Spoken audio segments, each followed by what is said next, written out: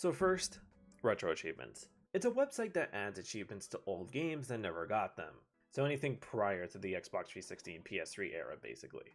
And they actually implement an achievement feature into the game itself.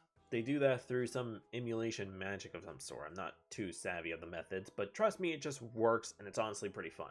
Lately, I've been playing a lot of old games again just to try and get as many retro achievements as I can with them. Even trying out some games I've never played before with the intent of getting them all. It's been a fun ride, especially since a lot of sets will ask you to do arbitrary challenges that you wouldn't even think of doing. Not only that, but if the main achievement set just didn't do it for you, some games feature bonus subset achievements that you can do separately from the main ones to give yourself even more things to do. For example, Super Mario 64's main set might have over 100 achievements to do, but if that still wasn't enough for you, then there's 4 subsets you can try. Like collecting every possible coin in a level, or a set where you have to collect stars while Lakitu doesn't move.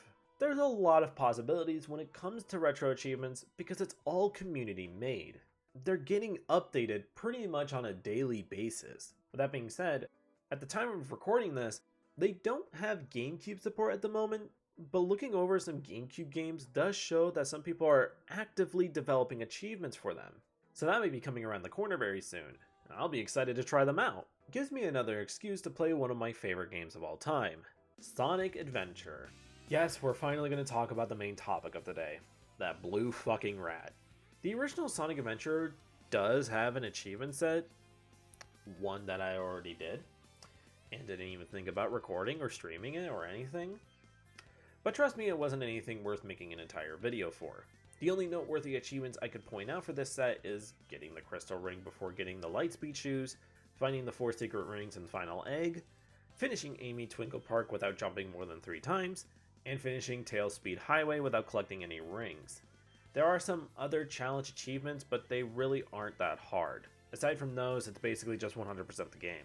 I'm surprised there isn't even an achievement for building the gold Sonic statue in Casinopolis by collecting 5,000 rings. That would have been video worthy.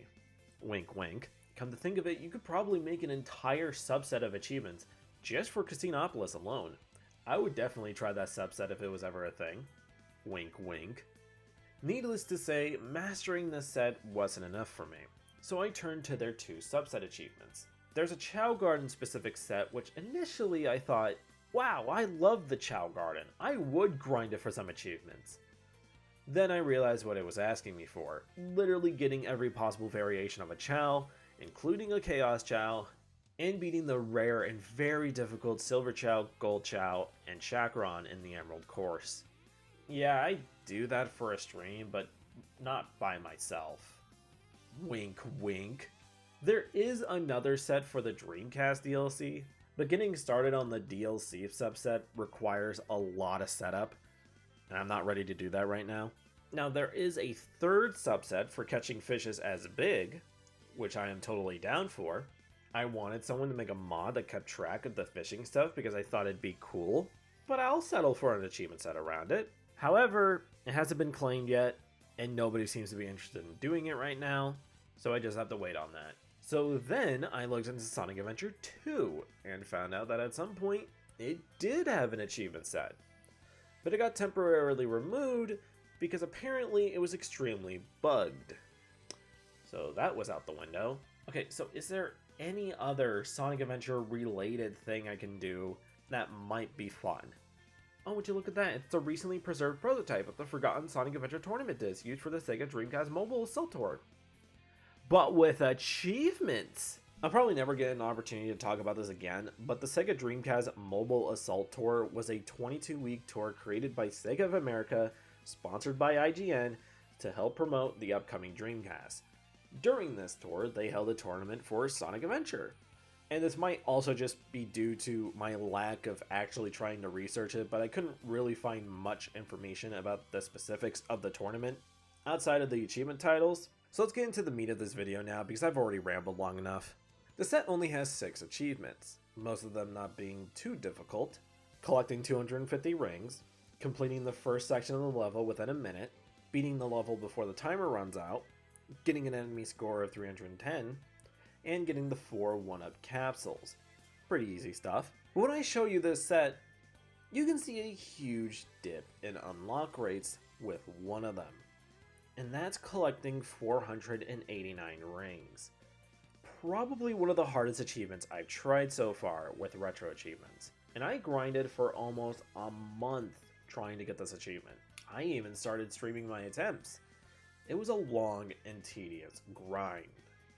Until one day, it finally happened.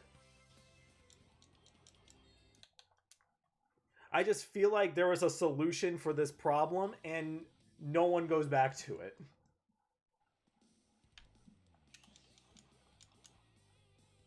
Because, like, this is a very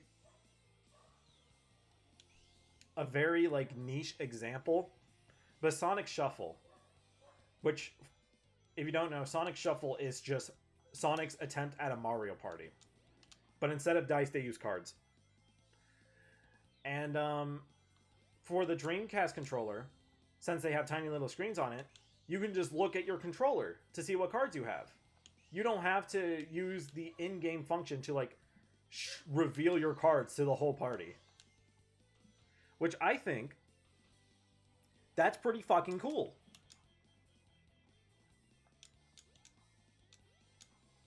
Obviously, in the world of online gaming, that isn't as much of an issue as it is anymore, since you can just play online and your cards are already hidden. But like, people love still going physically to play a game with your buddy on the couch. Oh my god. 340s. I don't know what the first item box was, but that could be really good. Holy shit.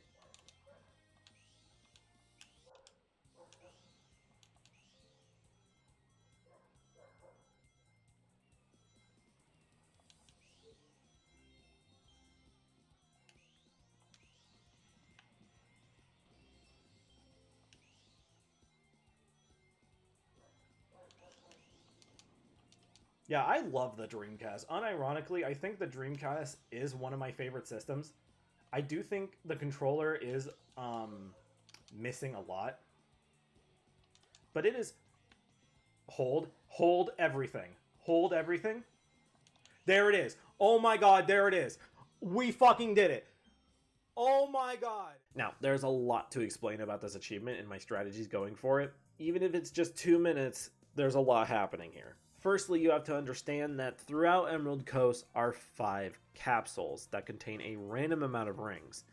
They can range from 1 to 5 to 10 to 15 to 20 and 40 rings. If it wasn't for the fact that these capsules could contain 40 rings, I would say collecting 489 rings within 2 minutes would be downright evil. I wouldn't say the entire challenge is luck-based though. A lot of it does require some good movement to collect as many rings as you can without slowing down.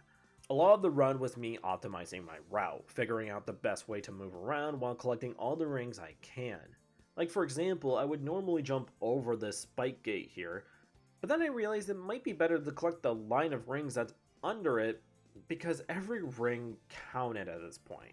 I had a run where I was literally 3 rings behind to finishing it. I was devastated, nearly ready to throw in the towel, but I kept pushing. Optimizing every ring was no longer an option at that point.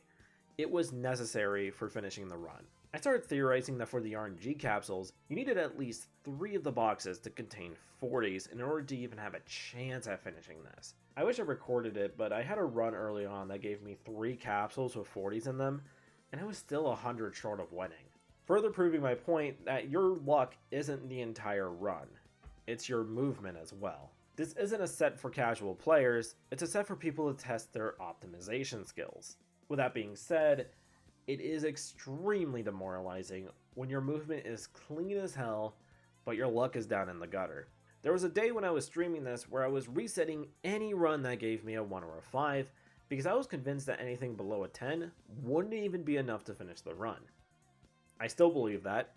I still very much believe that anything below 10 is a run killer, but it wasn't helping my optimization, so I had to get that out of my muscle memory. Even though I grinded this on stream, and I was on it for pretty much a month, counting the actual amount of time I spent playing the game, apparently it was only about 7.5 hours. And now I'm top 5 of the Bring leaderboards.